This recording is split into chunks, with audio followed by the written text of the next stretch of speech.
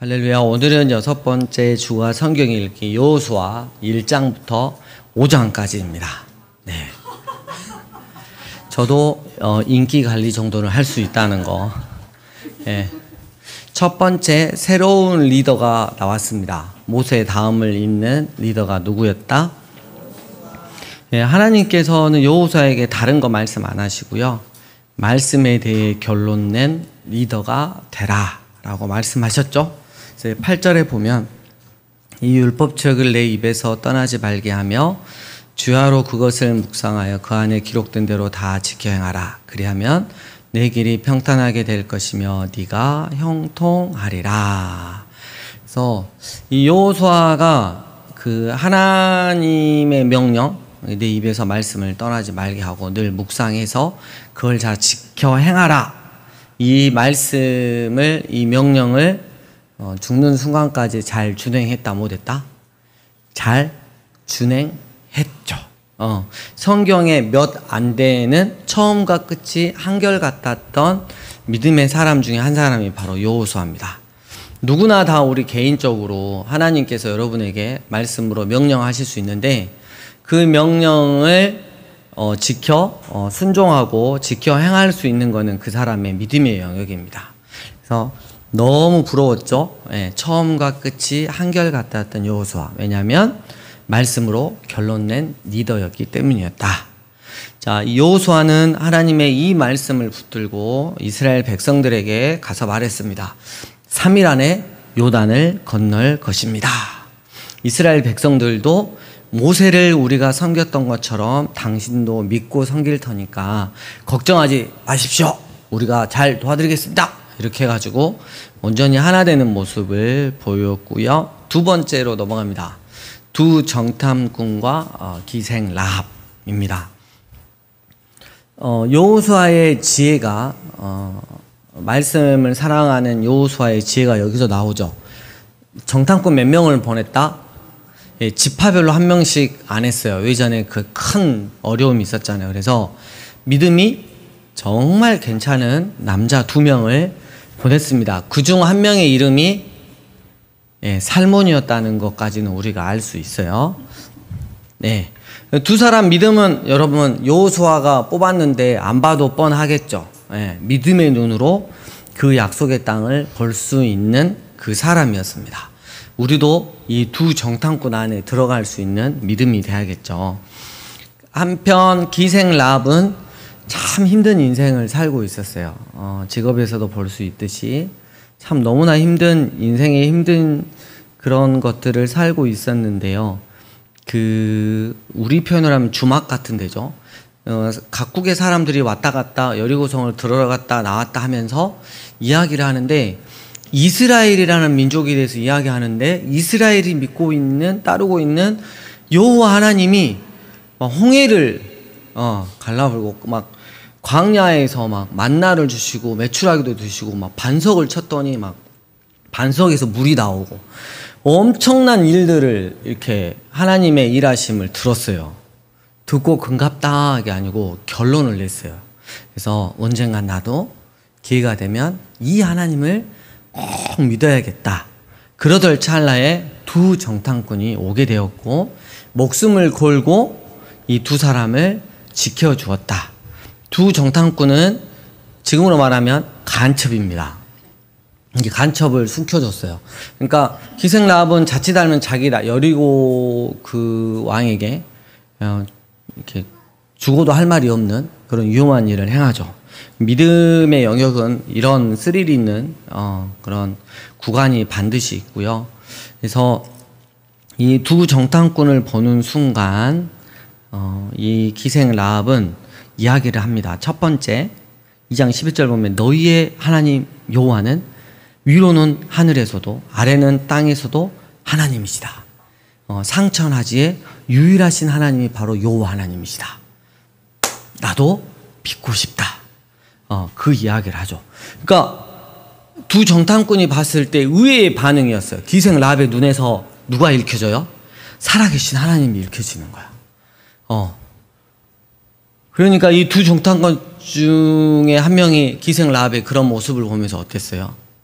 살아온 그의 인생에 상관없이 그 안에서 역사하는 믿음과 하나님을 향한 그 열망과 사랑이 보였던 거야. 자기하고 마음이 맞은 거지. 나도 하나님에 대한 그 열망이 넘쳐오르고 어떻게 하면 하나님의 영광을 위해 살아갈까? 그 고민을 하고 있는데 막 눈이 막 튀기는 거죠. 예. 그리고 정탐 일은 뒤로 한 게 아니고 정탐꾼 일을 하면서도 하나 더 챙겼죠. 예. 바로 이게 연애라고 하는 거죠. 예. 그래서 나중에 이제 기생 라합이 이 살몬하고 결혼을 하게 되는데 여러분 우리가 남자가 여자를 만나고 여자가 남자를 만날 때 여러분 명심해야 되는 게 있어요. 그 사람 안에 있는 살아계신 하나님을 볼 수 있냐 없냐가 중요한 거예요. 외적인 그런 환경이라든지 뭐 외모 막 이런 거. 저도 외모 이렇게 있을 만큼 있잖아요. 지쳤어. 나 외모 보고 누가 나한테 들이대면 이제 그런 거 안 하고 싶어. 자, 내 안에 살아계시는 그 하나님에 대한 열망. 그러니까 하나님에 대해서 바닥바닥 살아있는 모습이 되게 중요한 거죠. 어제 민지 청년한테 최근에 이제 사귀고 있는 그 남자가 있잖아요. 이야기를 들었더니 민지의 살아온 인생을 다 이야기를 해줬대요. 얼마나 힘들었어. 근데 그 안에서 하나님을 굳게 붙들고 살아가고 그리고 그런 믿음의 배우자를 찾고 있는 그 모습에 자기도 그랬다는 거야. 그러니까 서로 그 하나님에 대한 열망, 그 이유 때문에 결혼에 대한 열망이 있었기 때문에 보는 순간은 막 이렇게 파닥파닥 막 이렇게 막 뛰어가지고 어제는 전화를 뭐 3시간 동안 했대나 뭐 했다나 막, 예. 진짜인지 거짓말인지 모르겠는데 아무튼 살몬이 되고 라합이 될지어다 이렇게. 예. 시은이는 아직 어리니까 좀 자제를 하고 제가. 예. 그래서 여러분 항상 만날 때 그게 기준이 돼야 됩니다. 저 사람 안에 하나님이 살아 역사하시는가, 하나님에 대한 열망이 있는가. 그게 1번이에요. 우리 가운데. 그잖아요. 여러분 세상 사람들이, 제가 이제 목사지만 저를 보면서 이렇게 느끼고 싶은 게 뭐냐면, 야, 저 목사 목회 잘한다, 말씀 잘 전한다. 그게 아니라니까. 저 목사를 통해서, 집 목사를 통해서, 야, 하나님이 살아계시는구나. 하나님이 저 사람도 저렇게 쓰시는구나. 제 안에, 집 목사 안에 하나님의 역사하심이 있구나. 이게 느껴져야 된다는 거야, 사람이. 자꾸 미안한데 청년들을 막 계속 몸 이렇게 만들어. 보여? 뭘 보이기 뭐가 보여? 이게 마음 안에 하나님이 보여야 된다. 우리 이제 남전도회는 운동 안 하니까 뭐 그런 거 없잖아요. 오직 하나님밖에 안 보여. 우리 남전도회는 보이는 게. 예. 힘들면 링티 하나씩 마시면서 이렇게. 3번째로 넘어가겠습니다. 요단을 건너다. 그래서 건너기 전에 여호수아가 이야기를 합니다. 이스라엘 백성들에게 3장 5절 보니까 내일 엄청난 역사가, 하나님의 역사가 있는데 먼저 우리가 해야 되는 게 너희 자신을 뭐 해라? 성결하게 하라. 거룩하고 정결하게 해야 한다. 죄 있는 모습으로 하나님의 역사를 경험하면 그건 뒤지는 인생 되는 거다. 잘 기억하고, 그리고 나서 법궤를 맨 제사장들이 먼저 요단강에 자기의 발을 담갔습니다. 그랬더니 위에서부터 내려오는 물이 멈추고 이 밑에 있는 물은 쭉 내려가고, 그래서 길이 딱 생겼죠. 그래서 그 길로 이스라엘 백성이 드디어 요단강을 건너 약속의 땅으로 들어갔습니다. 근데 이걸 다 볼 수 있게끔 한 900m 떨어진 아담 성읍에서 이스라엘 백성들이 좀 높은 데서 다 보고 있었어요. 왜냐하면 사람이 너무 많으니까 하나님의 역사를 봐야 되는데, 16절에 이제 그 아담 성읍이라고 있어요. 하나님의 그 역사하심을 경험하는 거. 그래서 역사 기록에 보면 특이한 게 있어요. 1160년, 1267년, 1534년, 1546년, 1834년, 1906년. 제가 이렇게 말한들 여러분들이 뭐 알겠습니까만 정확합니다. 이때 요단강이 항상 아담 주변에서 끊겼습니다. 역사 기록에 있어요. 이스라엘. 짧게는 몇 시간에서 길게는 10시간 정도. 그러니까 하나님이 역사를 행하신 뒤로 그 다음에 인류의 역사 가운데, 이스라엘 역사 가운데 계속해서 그 자리에서 물이 끊기는 역사가 있었다는 거죠. 그래서 뭐 이게 아니고 우리 하나님 전능하시기 때문에 충분히 이 일이 가능하시다라는 거. 드디어 약속의 땅으로 건너갔습니다. 네 번째, 네, 길갈에서, 네, 전초 기지가 이제 길갈이죠. 근데 요단에서 돌을 12개를 가져와다가 길갈에다 세웠어요. 그래서 이유가 뭐냐라고 했을 때 1번이 뭐냐면 다음 세대 교육이에요. 하나님이 우리 가운데 어떻게 일하셨는지를. 그러니까 항상 어디를 이동하거나 뭐가 새롭게 시작하면 다음 세대 교육, 다음 세대 교육, 다음 세대 교육입니다. 이걸 놓치면 큰일 나기 때문이죠. 오늘날 우리 한국교회가 굉장히 위험에 처했다 그러잖아요. 어른들은 60대 어른들은 교회에 다니는 수가 거의 비슷해요. 근데 20대, 10대는 이렇게 곤두박질 치고 있어요. 네, 곤두박질 이렇게 내려가고 있어요. 그래서 다음 세대에게 살아계신 하나님을 꼭 잘 전해야 되고 믿음의 전수를 잘 이루어야 된다. 또 하나는 백성들은 그걸 보면서 하나님을 경외하기 위함이라고 했죠. 이 길갈에서 첫 번째 하나님께서 전쟁 바로 시작해가 아니라 두 가지를 명령하시죠. 첫 번째는 할례를 명하셨습니다.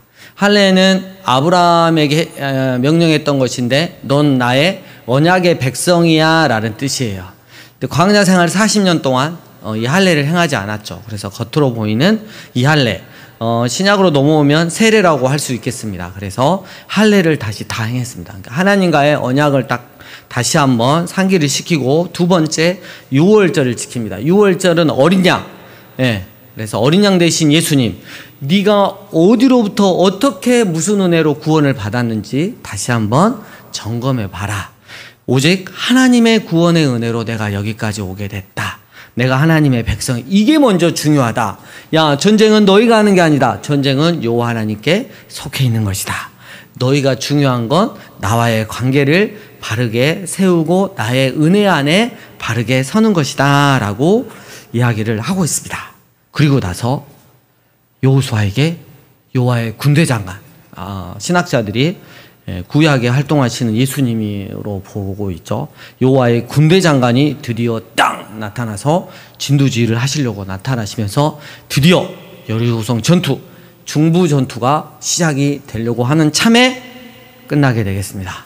이번 주는 여호수아 1장에서 5장까지 아주 편한 마음으로, 아니죠, 밀린 게 많다 보니까 또 급히 가야 되는 거죠. 다음 주에도 조금만 그렇게 하도록 하겠습니다.